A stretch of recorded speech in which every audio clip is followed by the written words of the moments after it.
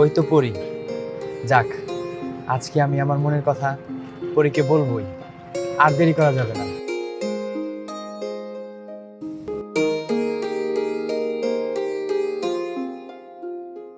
আরে পরি, তুমি এখানে দাঁড়িয়ে আছো?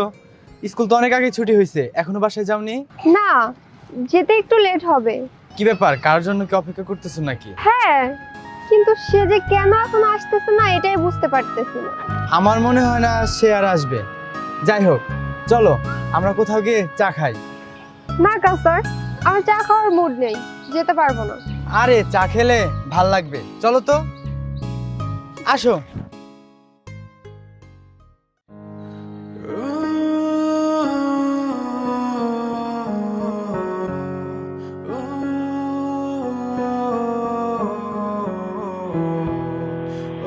কি ব্যাপার, এভাবে তাকিয়ে আছো কেন? কিছু বলবে? হ্যাঁ, অনেক কিছু বলার আছে, কিন্তু কিভাবে যে বলি বুঝতে পারতেছি না। কি এমন কথা যে তুমি বুঝতেই পারতেছো না?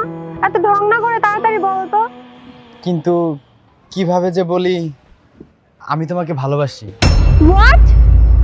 এই, তুই এসব কি বলছিস?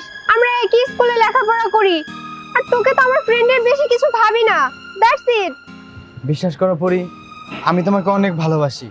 যেদিন তুমি আমাদের স্কুলে প্রথম এসেছিলে, ওই দিনই আমি তোমার প্রেমে পড়ে গেছি।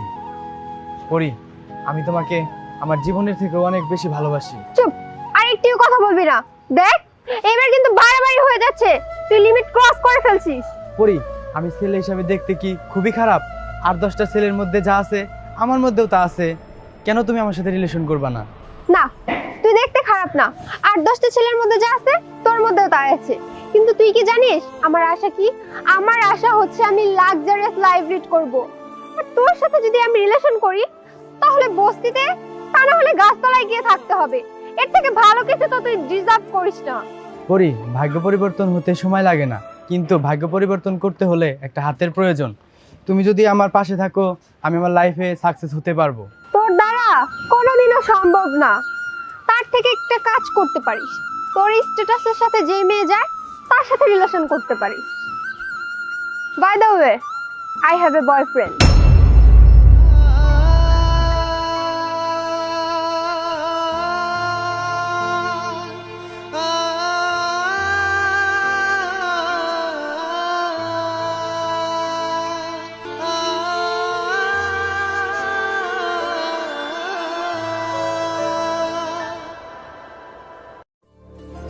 দেখো, আমি ব্যবসার কাছে ব্যস্ত থাকি, যখন তখন ডাকলে কিন্তু আসা যায় না।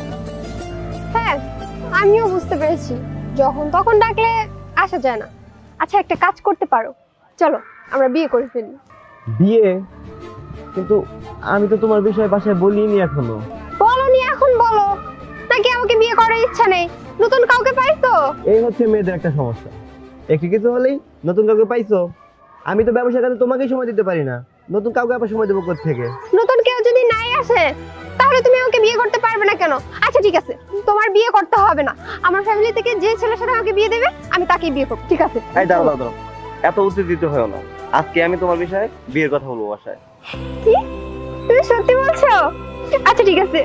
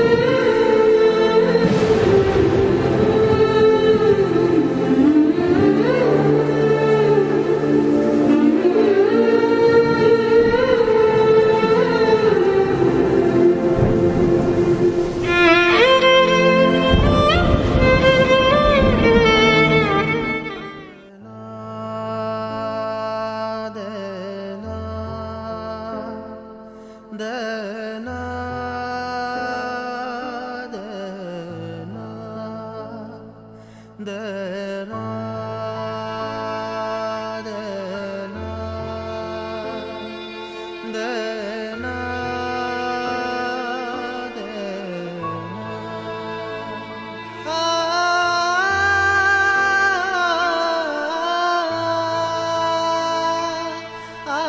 কাউসার, মন খারাপ করে বসে আছিস কেন? মন খারাপ করবো নাতে কি করবো, আমার জীবনের আশার আলোয় তো নিভে গেছে।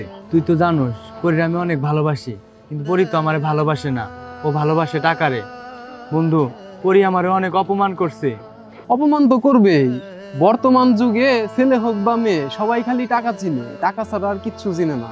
এখন তো টাকাই সব।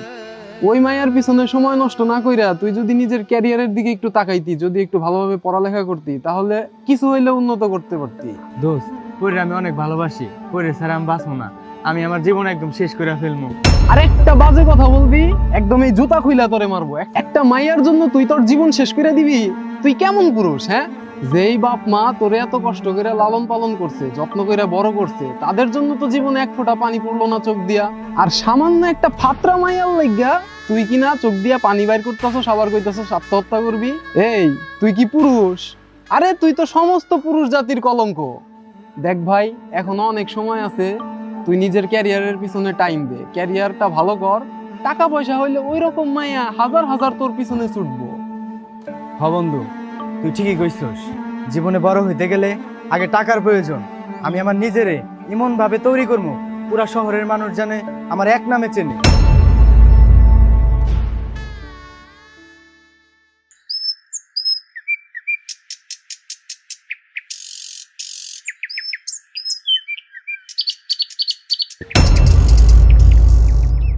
গাড়ি কোথায়? আরে গাড়িতে একটু কি যেন প্রবলেম দেখা দিচ্ছে, তাই গ্যারেজে দিয়ে আসছি, বিকেলের মধ্যে নিয়ে আসবো।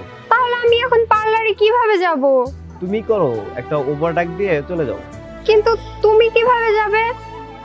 তুমি আমাকে নিয়ে চিন্তা করো না, তুমি ঠিক মতো যাও, আমি যাই। আচ্ছা ঠিক আছে, দেখে যাও। আচ্ছা।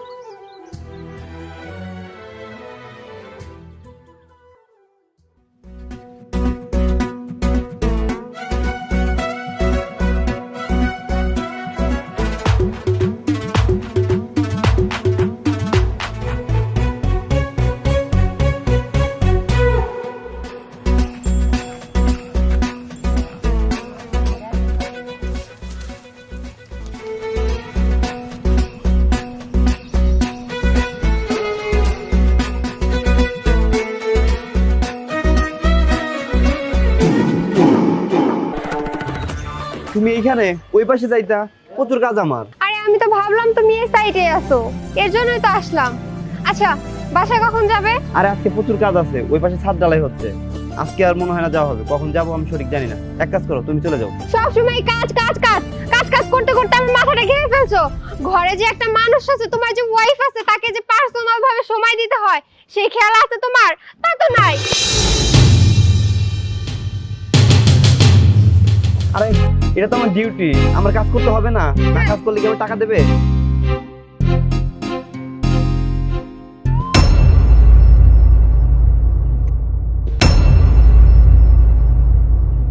আরে এটা কি কথা বলতেছো তুমি, অলেক্ষণের কথা।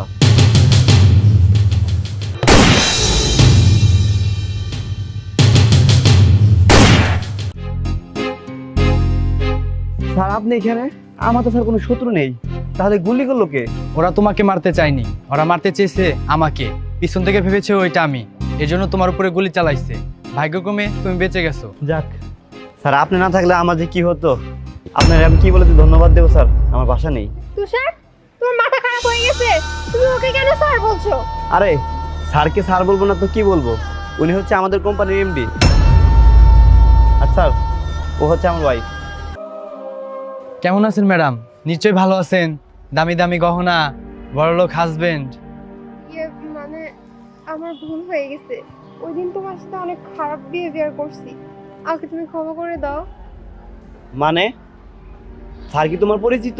তুষার সাহেব, এসব কথা বাদ দেন। আপনাদের সুখের সংসারে এসব কথা বলে অশান্তি বাড়ানোর দরকার নাই। ঠিক আছে, আপনারা এখানে কথা বলুন, আমি ওই সাইডে কাজ দেখে আসছি।